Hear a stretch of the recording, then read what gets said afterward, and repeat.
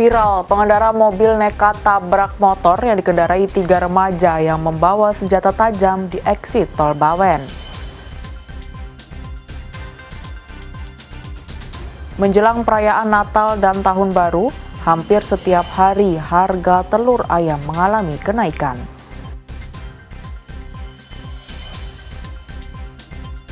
Festival Seneng Minton tumbuhkan cinta bulu tangkis sejak dini.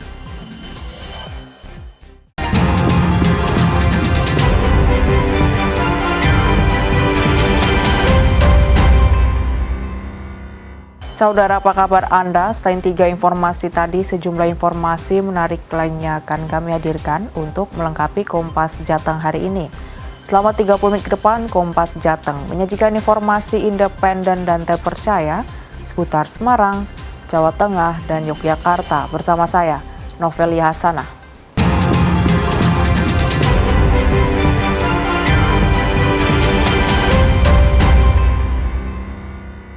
Mengawali Kompas Jateng pagi ini, Saudara, jembatan Mondokan di perbatasan antara Jawa Tengah dan Jawa Timur, tepatnya di Kabupaten Sragen, Jawa Tengah, ambrol diterjang banjir saat hujan deras. Ya, anjir mau Pak.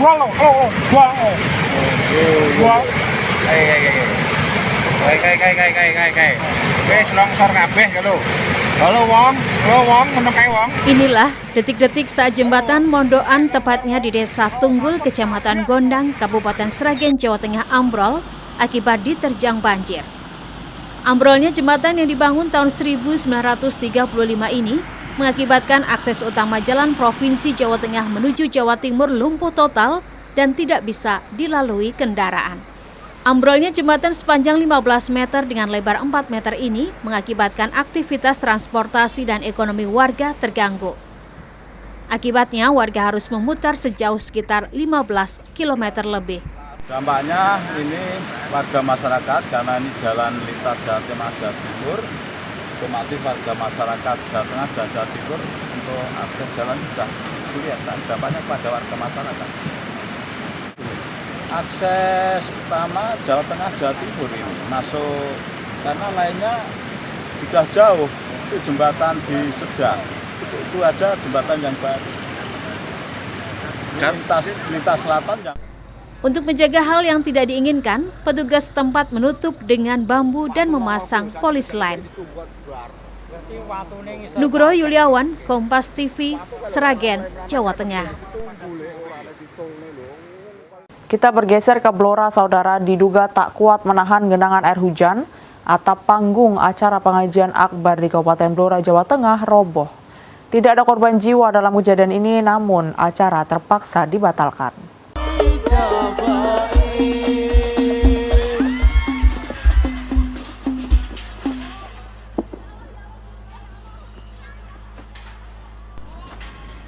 Sebuah video memperlihatkan detik-detik saat atap panggung pengajian di Kecamatan Jati, Kabupaten Blora, Jawa Tengah, roboh. Robohnya atap panggung sontak membuat jemaah yang berada di atas panggung panik berlarian untuk menyelamatkan diri. Diduga robohnya atap panggung karena tidak kuat menahan genangan air hujan. Akibat kejadian ini, acara pengajian yang rencananya dihadiri Muhammad Iqdam Khalid atau Gus Iqdam dibatalkan. Namun di atap panggung ini banyak genangan air yang tidak bisa nembus ke bawah. Akhirnya mungkin keberatan atau gimana atas sena ini mau disondol dengan rekan-rekan. Namun sebelum sondol ke atas ini sudah keadaan ambruk dengan pelan-pelan, namun tidak ada korban jiwa. Polisi menegaskan kejadian robohnya panggung murni karena faktor alam dan tidak ditemukan adanya unsur kelalaian oleh panitia penyelenggara. Mega Nanda, Kompas TV, Blora, Jawa Tengah. Yang juga menjadi sorotan pagi ini, Saudara, Kapolsek Bawen, Kabupaten Semarang, Jawa Tengah memberikan keterangan terkait pengendara mobil yang menabrakkan mobilnya kepada ketiga remaja yang membawa senjata tajam dan viral di media sosial. Kejadian tersebut terjadi di eksit Tol Bawen pada Minggu 15 Desember 2024.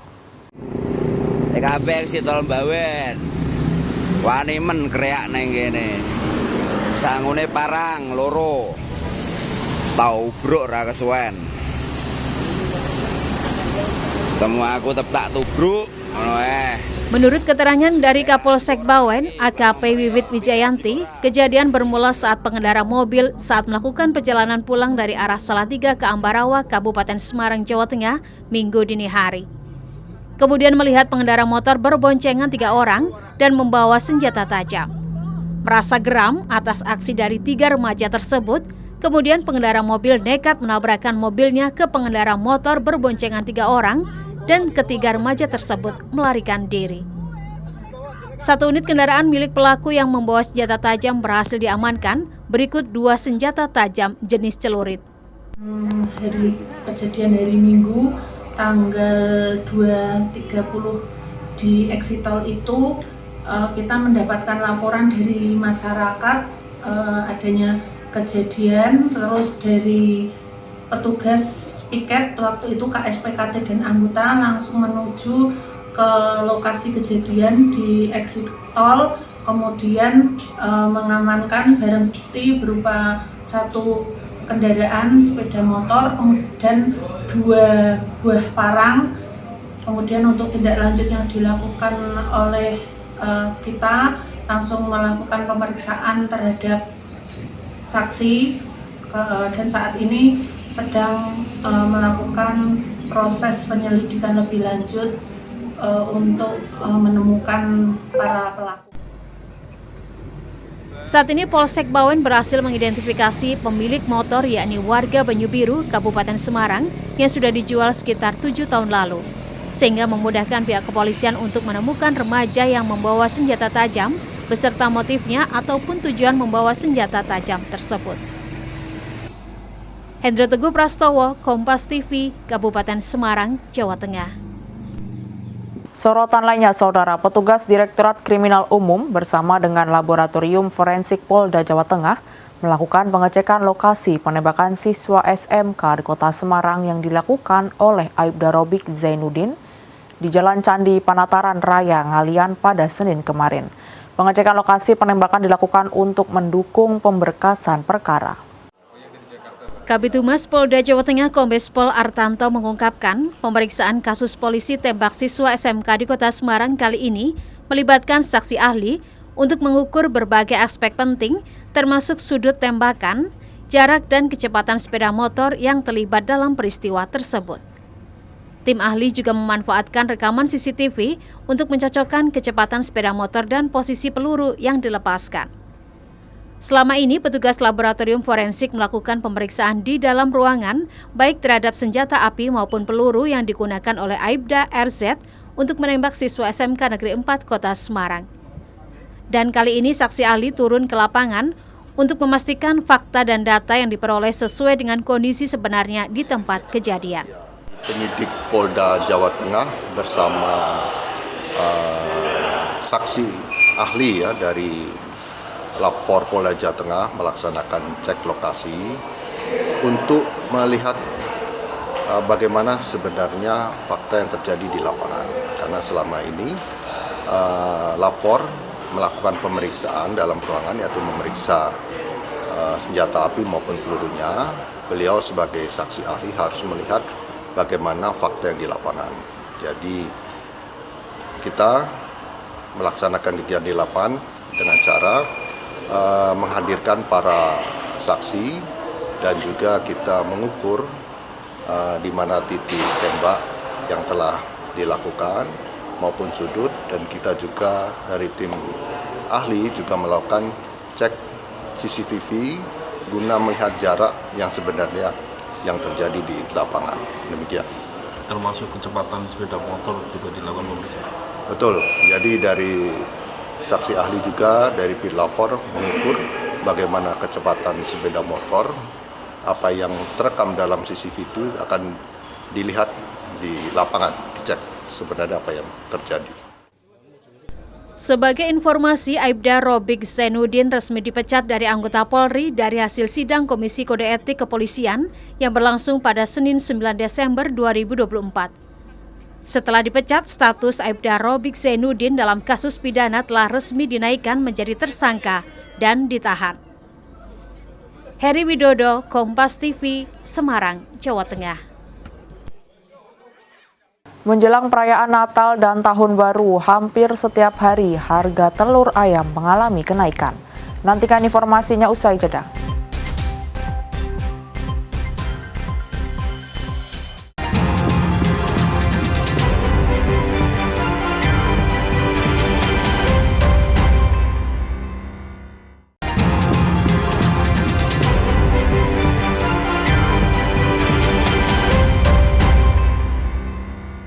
Masih di Kompas Jateng bersama saya, Novelia Hasanah.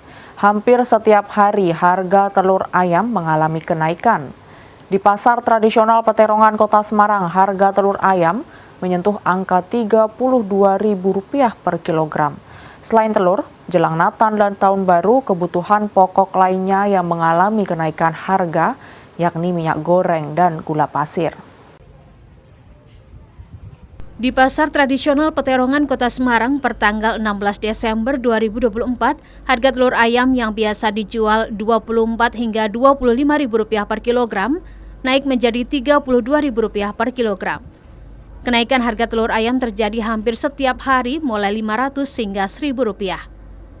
Salah satu pedagang Pasar Tradisional Peterongan Kota Semarang, Mulyono, mengatakan kenaikan sejumlah harga kebutuhan pokok ini terjadi sejak akhir November 2024 dan diperkirakan untuk telur ayam akan terus naik hingga awal tahun 2025.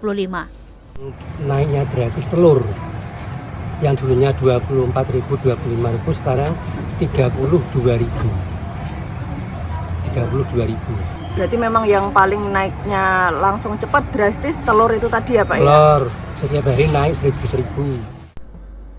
Sementara kebutuhan pokok lain yang mengalami kenaikan harga yakni minyak goreng kemasan dari Rp18 hingga Rp19.000 menjadi Rp21.000 per liter. Untuk harga minyak goreng curah juga naik dari Rp16 hingga Rp17.000 kini menjadi Rp20.000 per kilogram dan minyak kita dari Rp15.000 naik menjadi Rp17.500 per liter. Harga gula pasir juga terpantau naik jelang Nataru yang biasanya dijual Rp16.000 kini menjadi Rp18.000 per kilogram. Kenaikan harga sejumlah kebutuhan pokok tersebut diduga tak hanya diakibatkan oleh faktor cuaca, namun juga permintaan masyarakat yang meningkat menjelang perayaan Natal dan Tahun Baru.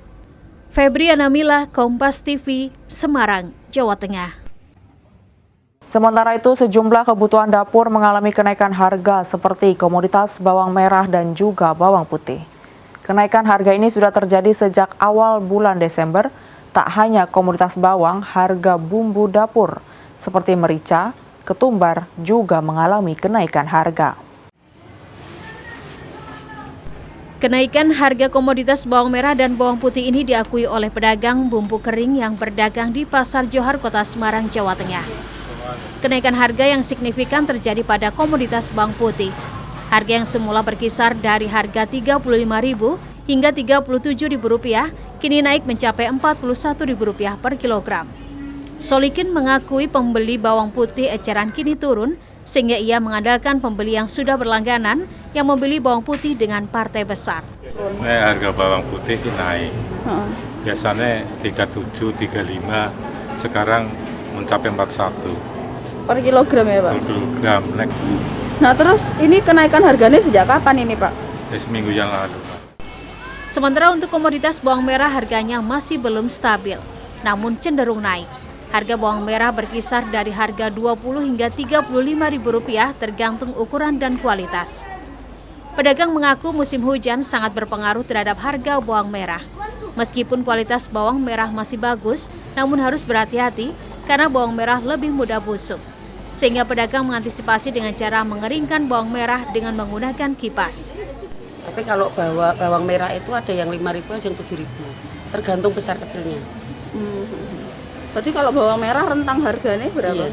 Sekarang ada yang besar, ada yang 30 lebih, ada yang 30 kurang, ada yang 20, ada yang 25, tergantung besar kecilnya. Berarti 20 sampai 30 ribuan iya, ya? sampai 35 ribuan. Sejak kapan kenaikan ini Mbak? Ya hampir bulan ini Desember. Awal Desember sampai sekarang ada kenaikan sedikit.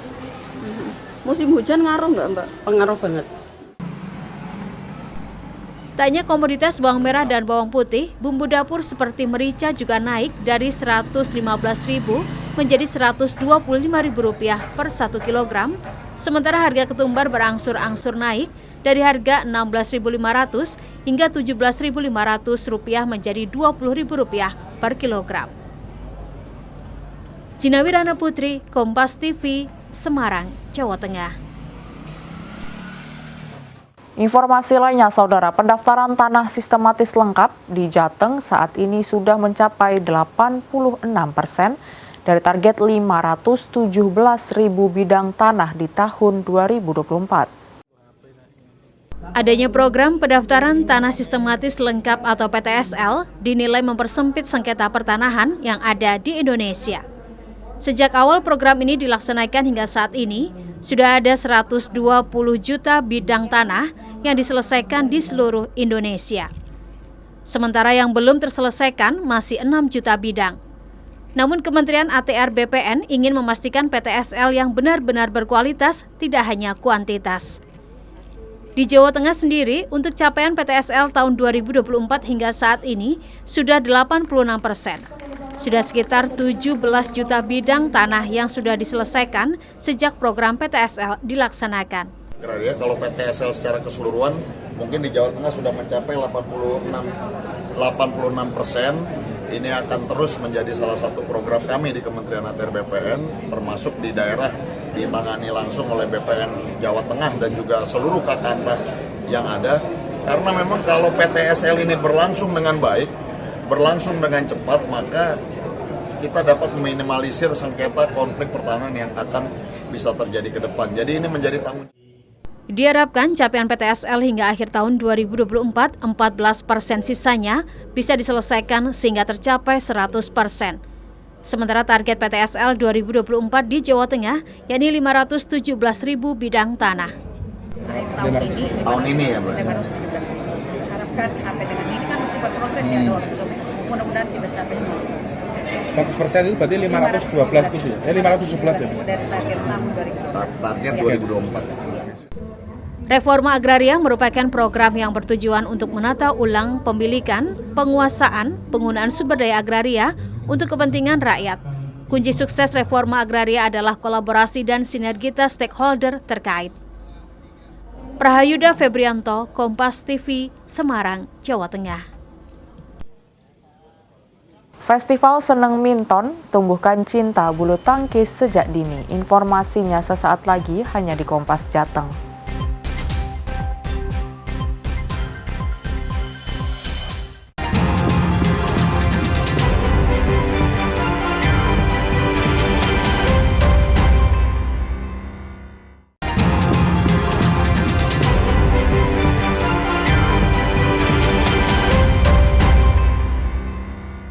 Terima kasih Anda masih di Kompas Jateng bersama saya, Novelia Hasanah.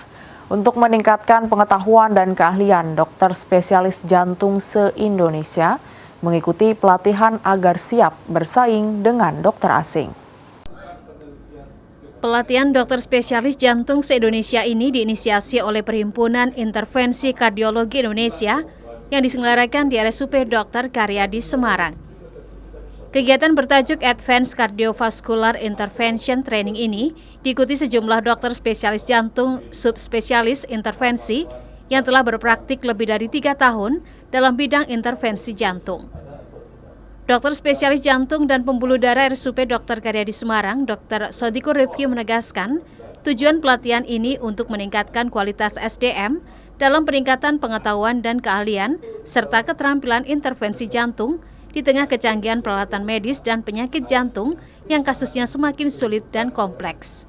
Tujuan kegiatan ini adalah suatu kegiatan yang disebut sebagai Advanced Cardiovascular Intervention Training, yaitu adalah memberikan pelatihan kepada dokter-dokter jantung yang subspesialis intervensi jantung. Jadi dalam dokter jantung ini ada yang mendalami khusus bidang intervensi. Intervensi itu kayak pasang ring gitulah ya. Nah itu setelah mereka lulus pendidikan khusus intervensi jantung ini, mereka setelah berpraktek sebagai intervensionis jantung lebih dari 3 tahun, kita berikan kesempatan untuk mengikuti acara advance intervensi, kursus intervensi ini ya. Nah, tujuannya adalah untuk supaya meningkatkan kemampuan mereka dalam bidang intervensi jantung yang makin hari kasusnya makin sulit, makin kompleks, menggunakan teknologi baru, menggunakan alat-alat baru dan seterusnya. Nah, dengan begitu kita harapkan bahwa nanti dokter-dokter jantung kita yang ahli intervensi ini tidak kalah dengan dokter-dokter lain di luar negeri. Hal senada juga diungkapkan Dr. Jantung Ahmad Sunaria Suryanata, mengungkapkan keahlian dan keterampilan intervensi jantung sangat dibutuhkan sebagai upaya penyembuhan pasien.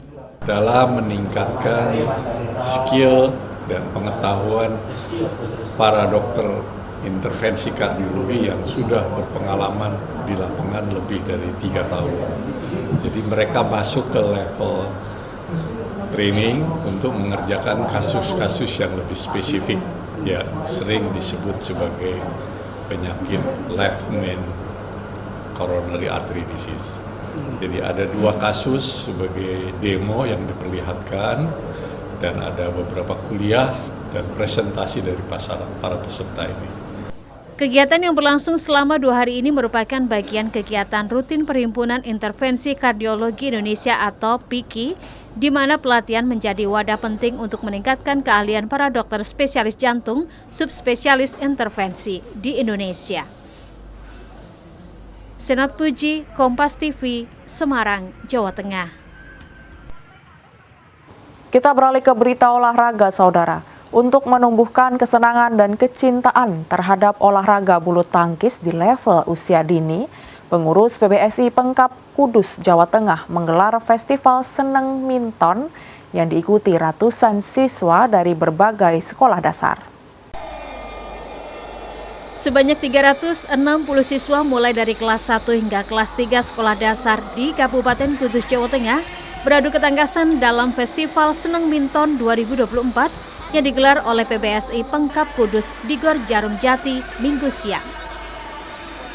Sejumlah game seru dilombakan guna memantik semangat para siswa agar senang beradu ketangkasan dalam olahraga badminton seperti servis to target, shuttle run, piramid shuttlecock, dan beragam game seru lainnya.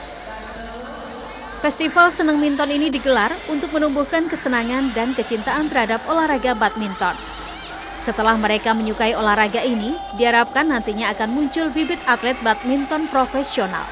Jadi mereka kan sebenarnya kalau kita lihat tuh belum bisa bermain bulu tangkis dengan sangat baik. Jadi kita ngadain lomba ini tuh bridging untuk mereka kemudian bisa rajin main badminton, mudah-mudahan bisa masuk klub. Sejauh ini responnya sangat baik karena kan di pikiran mereka tuh cuma main bulu tangkis nih harus di lapangan. Ternyata kan kita menggerakkannya dari lomba dulu. Nanti setelah itu harapannya mereka tuh lebih semangat, terus lebih serius main badminton, terus juga masuk ke klub. Tampil sebagai juara umum dalam ajang ini adalah MINU Imaduddin Hadiwarno yang berhasil menjadi juara di kelompok kelas 2 dan 3 dan berhak mendapatkan sejumlah hadiah menarik dan uang pembinaan dari panitia. Iwan Miftahuddin, Kompas TV, Kudus, Jawa Tengah. Informasi tadi sekaligus mengakhiri Kompas Jateng hari ini. Saya Novelia Sana, mewakili kerabat kerja yang bertugas mengucapkan terima kasih atas perhatian Anda. Selamat mengikuti acara kami selanjutnya. Kompas TV, independen, terpercaya. Sampai jumpa.